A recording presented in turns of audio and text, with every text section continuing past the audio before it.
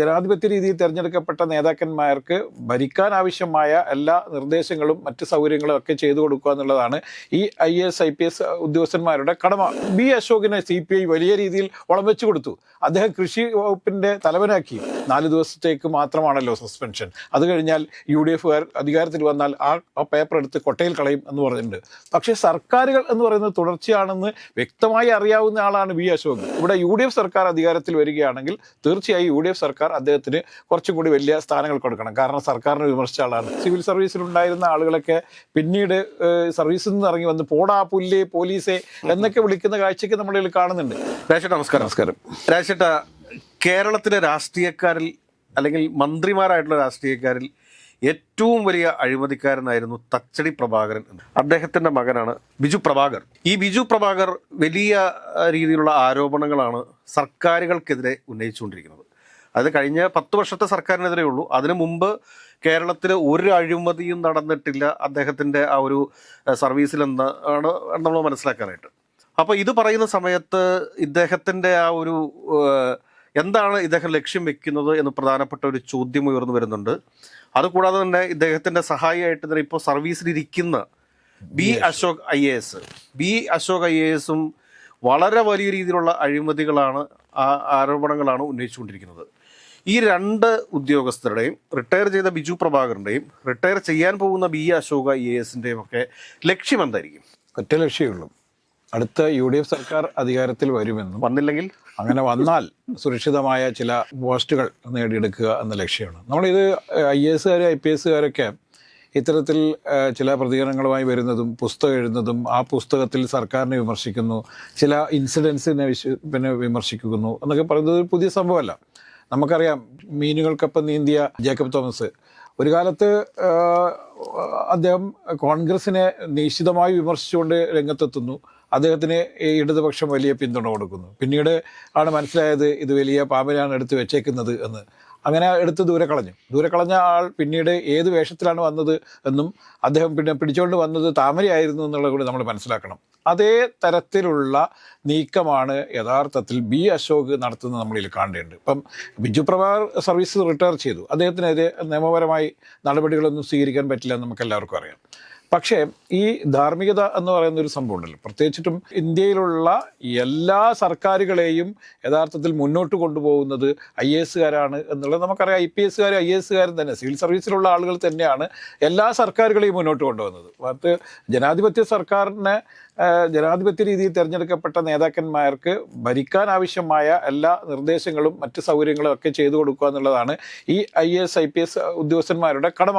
പക്ഷെ ആ കടമകൾ നിർവഹിക്കുന്നതിന് പകരം ഞങ്ങൾ വലിയ ആളുകളാണെന്നും ഞങ്ങൾ ധാർമ്മികതയുടെ വലിയ ഫേസസ് ആണെന്നും അതുകൊണ്ട് ഇത്തരം അഴിമതികൾക്കും മറ്റ് കൊള്ളരുതായ്മകൾക്കൊന്നും ഞങ്ങൾ കൂട്ടുനിൽക്കില്ല എന്നുള്ളൊരു പ്രഖ്യാപനമാണ് ഇപ്പോൾ ബി അശോക് നടത്തിയിരിക്കുന്നത്. അതുപോലെ തന്നെ ബിജു പ്രഭാകരൻ തുറന്നു പറച്ചിലും അതുതന്നെയാണ്. ഇപ്പം R ശ്രീലേഖ അല്ലെങ്കിൽ അങ്ങനെയുള്ള കുറേ ഈ സിവിൽ സർവീസിലുണ്ടായിരുന്ന ആളുകളൊക്കെ പിന്നീട് സർവീസിൽ നിന്ന് ഇറങ്ങി വന്ന് പോടാ പുല്ലേ പോലീസെ എന്നൊക്കെ വിളിക്കുന്ന കാഴ്ചയ്ക്ക് നമ്മളിൽ കാണുന്നുണ്ട്. ഇവർക്കൊക്കെ വളരെ വ്യക്തമായ രാഷ്ട്രീയമുണ്ട്, രാഷ്ട്രീയ ലക്ഷ്യമുണ്ട് എന്നുള്ളത് നമ്മളിൽ മനസ്സിലാക്കേണ്ടത്. കളക്ടർ ബ്രോ എന്ന പേരിൽ അറിയപ്പെട്ടിരുന്ന പ്രശാന്ത് കോഴിക്കോട് ഇരിക്കുന്ന സമയത്ത് MK രാഘവൻ MP വലിയ രീതിയിൽ അദ്ദേഹം വിമർശിക്കുകയും അവഹേളിക്കുകയും ചെയ്തിട്ടുണ്ട്. യഥാർത്ഥത്തിൽ ഇത്തരത്തിലുള്ള ഈ IAS ഓഫീസർമാർക്ക് അന്ന് വളം വെച്ച് കൊടുത്താണ് അവർ ഈ നിലയിലേക്ക് വളർന്നത് നമ്മളിൽ മനസ്സിലാക്കേണ്ടത്. ബി അശോകിനെ CPI വലിയ രീതിയിൽ വളം വെച്ച് കൊടുത്തു. അദ്ദേഹം കൃഷി വകുപ്പിന്റെ തലവനാക്കി. അപ്പോൾ കൃഷി വകുപ്പിന്റെ തലവനാക്കി ആക്കുന്ന സമയത്ത് അതിനേക്കാൾ വലിയ കൃഷി അറിയുന്ന ആളാണ് ബി അശോക് എന്നുള്ളത് CPI മനസ്സിലാക്കിയിട്ടില്ല എന്നുള്ളതാണ്. അതിൻ്റെയൊക്കെ തിക്തഫലമാണ് ഇപ്പോൾ ഇനി അനുഭവിക്കാൻ പോകുന്നത്. കാരണം അദ്ദേഹം പറഞ്ഞിട്ടുണ്ട് 4 ദിവസത്തേക്ക് മാത്രമാണല്ലോ സസ്പെൻഷൻ. അത് കഴിഞ്ഞാൽ UDF അധികാരത്തിൽ വന്നാൽ ആ പേപ്പർ എടുത്ത് കൊട്ടയിൽ കളയും എന്ന് പറഞ്ഞിട്ടുണ്ട്. പക്ഷേ സർക്കാരുകൾ എന്ന് പറയുന്നത് തുടർച്ചയാണെന്ന് വ്യക്തമായി അറിയാവുന്ന ആളാണ് ബി അശോക്. അപ്പോൾ സർക്കാരുകളെ വിമർശിക്കുന്നു അല്ലെങ്കിൽ ആ സർക്കാരിൻ്റെ നിലപാടുകളെ വിമർശിച്ചുകൊണ്ട് രംഗത്ത് വരുന്നു എന്നൊക്കെ പറയുന്നത് തെറ്റാണ്. സർക്കാർ എല്ലാ ചെയ്തികളും നല്ലതാണ് എന്നും എല്ലാ ഇതും ജനകീയമാണ് എന്നൊന്നും നമുക്ക് പറയാൻ പറ്റില്ല. ചില സർക്കാരുകൾ എടുക്കുന്ന തീരുമാനങ്ങൾ, ചില മന്ത്രിമാരെടുക്കുന്ന തീരുമാനങ്ങളൊക്കെ ചിലപ്പോൾ പാളിപ്പോയിട്ടുണ്ടാവാം. സർക്കാരിൻ്റെ ചില തീരുമാനങ്ങൾ, ഇപ്പം അന്ന് നടത്തിയ യാത്ര എന്ന് പറയുന്നത് മുഖ്യമന്ത്രിയും നവകേരള യാത്ര എന്ന് പറയുന്നത്, നവകേരള യാത്രയുമായി ബന്ധപ്പെട്ടാണ് ബി അശോക് വലിയ ആരോപണങ്ങൾ ഉന്നയിച്ചിരിക്കുന്നത്. പല സ്ഥലങ്ങളിലും ഈ അണ്ടിപ്പരിപ്പും പാലും ഒക്കെ, പാലിൽ കുതിർത്ത അണ്ടിപ്പരിപ്പ് കഴിക്കുന്നത് വളരെ തരം താഴ്ന്ന ഒരു വിമർശനം. അതുപോലെ തന്നെ ഈ 3 നേരം മിഷ്ടാന്ന ഭോജ്യം ഉണ്ടാക്കാൻ വേണ്ടി ഓരോ സ്ഥലങ്ങളിലും പാറമടക്കാരിൽ നിന്നും മറ്റ് ഉള്ള വ്യവസായികളിൽ നിന്നൊക്കെ പിരിവെടുത്ത് കൊണ്ടുവന്ന് ഇവർക്ക് 3 നേരം ആഹാരം മേടിച്ചു കൊടുത്തു എന്നൊക്കെ പറയുന്ന ഒരു വലിയ വിഷയമുണ്ട്. അപ്പോൾ അന്ന് സർക്കാർ പറഞ്ഞത് സർക്കാരിൻ്റെ ഫണ്ട് ഉപയോഗിച്ചുകൊണ്ടല്ല ഈ യാത്ര നടത്തുന്നതെന്നും മറ്റ് ആളുകളിൽ നിന്നും ഫണ്ട് പിരിച്ചാണ് ഇതിൻ്റെ ചെലവ് നടത്തുന്നതെന്നാണ്. പക്ഷേ അതിൽ വലിയൊരു അഴിമതി ഉണ്ട് എന്നാണ് ഇദ്ദേഹം ഇപ്പോൾ പറഞ്ഞുകൊണ്ടിരിക്കുന്നത്. എന്തുകൊണ്ട് അദ്ദേഹം അന്നത് പറഞ്ഞില്ല? ഈ സർക്കാർ മാറുന്നു എന്നുള്ളൊരു സൂചനകൾ ലഭിച്ച സമയത്ത് എന്തുകൊണ്ടാണ് ബി അശോക് ഇത്തരം കാര്യങ്ങൾ പറയുന്നത് എന്ന് വളരെ വ്യക്തമാണ്. ഇദ്ദേഹം തന്നെ നേരത്തെ മോദിയെക്കുറിച്ച് വലിയ പുകഴ്ത്തിക്കൊണ്ട് ലേഖനം എഴുതിയ BJPയുടെ ഗുഡ് ലിസ്റ്റിലുള്ള ആളാണെന്നുള്ളിൽ മനസ്സിലാക്കണം. ഇദ്ദേഹത്തിൻ്റെ ലക്ഷ്യം എന്താണ് എന്നും വളരെ വ്യക്തമാണ്. ഒന്നുകിൽ മോദി അദ്ദേഹത്തെ ഗുഡ് ലിസ്റ്റിൽപ്പെടുത്തി അദ്ദേഹത്തിന് കേന്ദ്രത്തിൽ എന്തെങ്കിലുമൊക്കെ സ്ഥാനം കൊടുക്കണം, അല്ലെങ്കിൽ ഇവിടെ UDF സർക്കാർ അധികാരത്തിൽ വരികയാണെങ്കിൽ തീർച്ചയായും UDF സർക്കാർ അദ്ദേഹത്തിന് കുറച്ചും കൂടി വലിയ സ്ഥാനങ്ങൾ കൊടുക്കണം. കാരണം സർക്കാരിനെ വിമർശിച്ച ആളാണ്. നിലവിലുള്ള സർക്കാരിനെ അല്ലെങ്കിൽ LDF സർക്കാരിനെ അതിനിശിതമായി വിമർശിച്ചു എന്ന പേരിൽ അദ്ദേഹത്തിന് ഏതെങ്കിലും തരത്തിലുള്ള പ്രൊട്ടക്ഷൻ കിട്ടും എന്നുള്ള കൃത്യമായൊരു ധാരണയിലാണ് ഇദ്ദേഹം ഇത് പറയുന്നത്. കാരണം അദ്ദേഹത്തിന് ഇനി അധികകാലം സർവീസ് ഇല്ലാന്ന് കൊണ്ട് നമ്മളിൽ കാണേണ്ടതുണ്ട്. അല്ലെങ്കിൽ അത് വേറൊരു വസ്തുത എന്താണ് എന്ന് ചോദിച്ചു കഴിഞ്ഞാൽ, ഇപ്പോൾ കേരളത്തിൽ പ്രവർത്തിക്കുന്ന ഏത് വകുപ്പായിക്കൊള്ളട്ടെ, അത് ധനകാര്യ വകുപ്പ് തുടങ്ങി ആഭ്യന്തര വകുപ്പ് തുടങ്ങി വ്യവസായ വകുപ്പ് തുടങ്ങി ഏത് വകുപ്പാണെങ്കിലും അതൊരു നമ്മുടെ സിസ്റ്റത്തിൻ്റെ ഭാഗമാണ്. ഈ സിസ്റ്റത്തിൻ്റെ ഭാഗം എന്ന് പറയുമ്പോഴത്തേക്ക് രാഷ്ട്രീയക്കാരായിട്ടുള്ള മന്ത്രിമാർ വരികയും പോവുകയും ഒക്കെ ചെയ്യും. ഈ സിസ്റ്റം അതുപോലെ തന്നെ അവിടെ നിലനിൽക്കുന്ന ഒരു സംവിധാനമാണ്. അല്ല, അതിനുവേണ്ടിയാണ് ഈ സിവിൽ സർവീസ് ഉണ്ടാക്കിയത്. അപ്പം ഞാൻ ചോദിക്കുന്ന ഒരു ചോദ്യം എന്താണ് എന്ന് ചോദിച്ചു കഴിഞ്ഞാൽ, കൃഷി വകുപ്പ് അഴിമതി ഉണ്ട് എന്നുണ്ടെങ്കിൽ ഇദ്ദേഹത്തിന്റെ കഴിവുകേട് കൂടെ അല്ല, ഈ അഴിമതികൾ നടക്കുന്നു എന്ന് പറയുന്നത് തീർച്ചയായും ഭരണ സംവിധാനം കൊണ്ടുവന്നവരാണ്. IAS IPS പോലീസ് ഡിപ്പാർട്ട്മെന്റിന്റെ തലവൻ എന്ന് പറയുന്നത് IPS ഈ IAS IPS ചേർന്ന് ഭരിക്കുന്ന ഒരു സിസ്റ്റം ഉള്ള സ്ഥലത്ത് അങ്ങനെ എന്തെങ്കിലും ഉണ്ടെങ്കിൽ അത് തടയിടാൻ വേണ്ടിയിട്ട് അപ്പോൾ തന്നെ ആക്ട് ചെയ്യണം.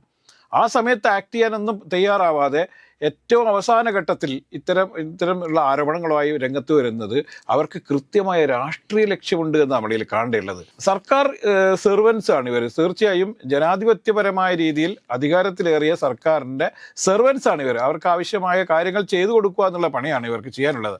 അല്ലാതെ ഈ അവസാന കാലഘട്ടത്തിൽ വലിയ പ്രസ്താവനകളൊക്കെ നടത്തി സർക്കാരുകളെ താറടിച്ച് കാണിച്ച് ഇത് മനസ്സിലാക്കേണ്ടത് ഇതിനേക്കാൾ വലിയ താറടികളാണ് പിന്നെ കിട്ടുക. 5 വർഷം കഴിഞ്ഞ് അടുത്ത സർക്കാർ ഇറങ്ങി പോകുമ്പോഴും ഇതിനേക്കാൾ വലിയ തരത്തിലുള്ള ആരോപണങ്ങൾ ഉന്നയിക്കപ്പെടുമെന്ന് കാണണം.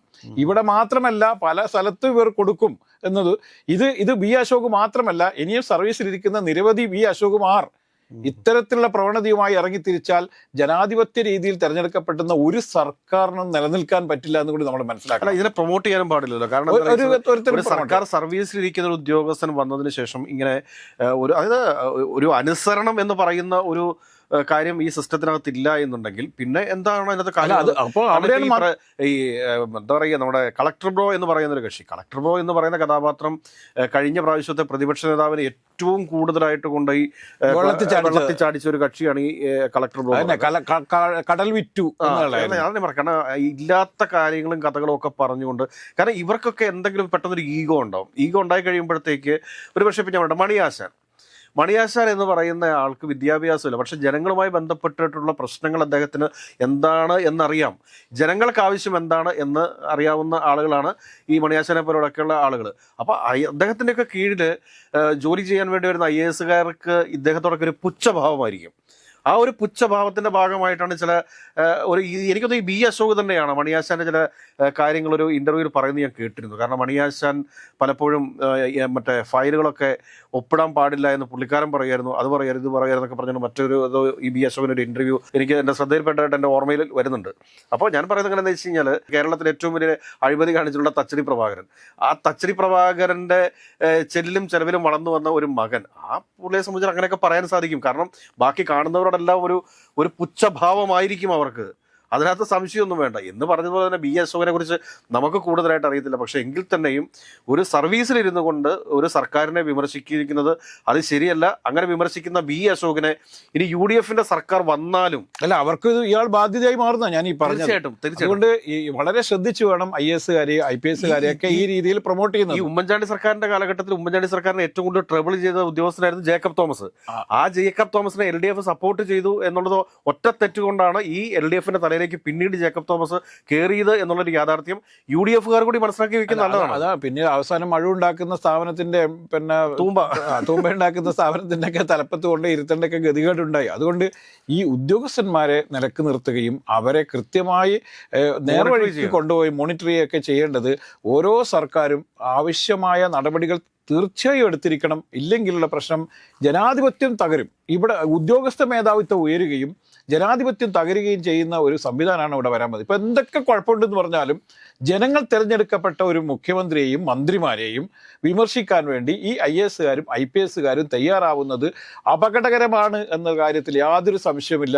അവർക്ക് വേണമെങ്കിൽ ഇത്തരത്തിലുള്ള വിഷയങ്ങൾ അപ്പപ്പോൾ വേണമെങ്കിൽ ചൂണ്ടിക്കാണിക്കാം. അതിനുള്ള സംവിധാനങ്ങളുണ്ടല്ലോ. അതിനുള്ള സംവിധാനങ്ങളുള്ളൊരു സ്ഥലത്ത് അത് ചൂണ്ടിക്കാണിക്കാതെ ഈ ഏറ്റവും അവസാന ഘട്ടത്തിലൊക്കെ ഇത്തരം പരിപാടികളുമായി കലാപരിപാടികളായിട്ട് വരുന്നത് അവർക്ക് തുടർന്നും പ്രൊട്ടക്ഷൻ കിട്ടാൻ വേണ്ടിയാണ്. സർവീസിലിരിക്കെ വലിയ മാന്യന്മാരാണ് ഞങ്ങൾ എന്ന് നാട്ടുകാരെ കൊണ്ടുകൂടി പറയിപ്പിച്ചതിന് ശേഷം ഇവരൊക്കെ പിന്നെ വലിയ മാന്യന്മാരെ വരും. ഇത് എന്തിനാണ് ഇനി ശീലകമാരെയും ജേക്കബ് തോമസുമാരെയും ഉണ്ടാക്കാതിരിക്കാൻ വേണ്ടി ഇവർ ശ്രദ്ധിക്കണം. കാരണം ഇവരെല്ലാം അവസാനം കാവിക്കൊടി പിടിക്കുന്ന അവസ്ഥയിലേക്ക് വരും എന്നുകൂടി നമ്മളിൽ കാണേണ്ടതുണ്ട്.